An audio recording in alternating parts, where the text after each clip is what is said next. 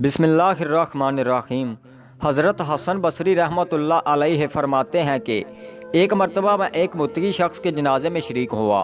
نماز جنازہ ادا کرنے کے بعد سب لوگ گھروں کو واپس لوٹ گئے اور میں جنگل کی طرف چل دیا کہ وہاں کچھ دیر بیٹھ کر اللہ کی قدرت پر غور و فکر کر سکوں۔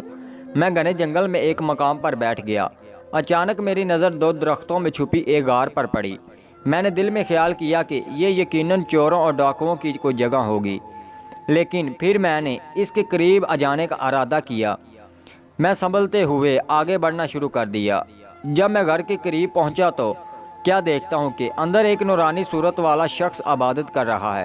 میں اندر داخل ہو گیا اور سلام کرنے کے بعد پہلا سوال کیا، اے بندے خدا، آپ یہاں اس ویران غار میں کیا کر رہے ہو؟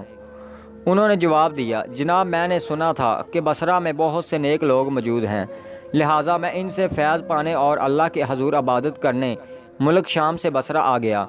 اب میں یہاں اس غار میں رہتا ہوں اور اللہ کی عبادت کرتا ہوں۔ میں نے پھر سوال کیا، اے نیک انسان، تو ہمارے کھانے پینے کا بندوبست کون کرتا ہے؟ انہوں نے جواب دیا کہ جب میں بھوک محسوس کرتا ہوں تو درختوں کے پتے کھا لیتا ہوں، جب پیاس لگتی ہے تو ندیوں کے پانی پی لیتا ہوں، اس طرح مجھے سب کچھ میسر ہے۔ میں نے عرض کیا، اگر آپ اجازت دیں تو میں آپ کے کھانے کے لیے کچھ بھجوا دیا کروں؟ انہوں نے کہا، نہیں، میں اتنے سالوں سے درختوں کے پتے کھا کر زندہ ہوں، مجھے روٹی سالن کھائے ہوئے عرصہ گزر گیا، اب مجھے اس کی کوئی ضرورت نہیں۔ میں اصرار کرنے لگا کہ اگر آپ مجھے اجازت دیں تو میں آپ کی کچھ خدمت کر سکوں تاکہ ہمارے لیے بھی کچھ برکتیں لکھی جا سکیں۔ تب انہوں نے فرمایا، ٹھیک ہے، اگر آپ میرے لیے کھانا لانا چاہتے ہیں تو ٹھیک ہے، بس آٹے کی 2 روٹیاں، سالن نہیں، بس تھوڑا سا نمک لیتے آئیں۔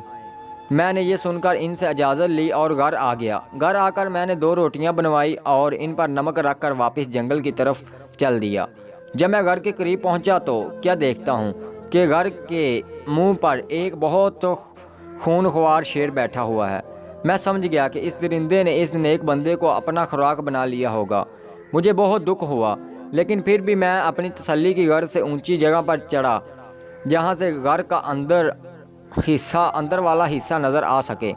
جب میں نے اندر دیکھا تو بے حد خوش ہوا کہ وہ نوجوان بالکل ٹھیک موجود تھا اور نماز ادا کر رہا تھا۔ میں نے آواز بلند کہا ہے، میرے بھائی، آپ عبادت میں اتنے مصروف ہیں کہ آپ کو باہر کی دنیا کی کوئی خبر نہیں۔ انہوں نے سلام پھیرنے کے بعد مجھ سے سوال کیا، اے اللہ کے بندے، کس بات کے سبب آپ مجھ سے ایسا کہہ رہے ہیں؟ آخر ہوا کیا ہے؟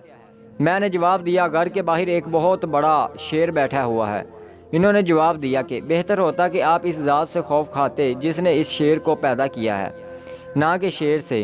پھر وہ شیر کی طرف متوجہ ہوئے اور فرمانے لگے، اے درندے، اگر تو یہاں میرے رب کی کسی حکم پر قادر ہے، اگر مجھے نقصان پہنچانے کا تمہیں حکم ملا ہے تو میں تجھے روک نہیں سکتا، لیکن اگر ایسا نہیں ہے تو یہاں سے چلے جاؤ، تو میرے اور میرے بھائی کی ملاقات میں خلل ڈال رہا ہے۔ ابھی اس بندے کی بات مکمل نہیں ہوئی تھی کہ وہ شیر وہاں سے ایسے بھاگا جیسے اس کو اپنا شکار نظر آ گیا ہو۔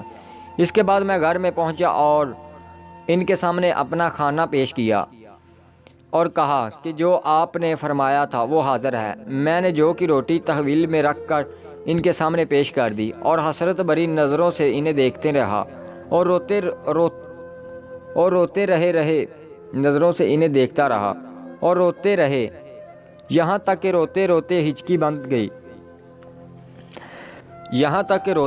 ان کی ہچکی بند گئی۔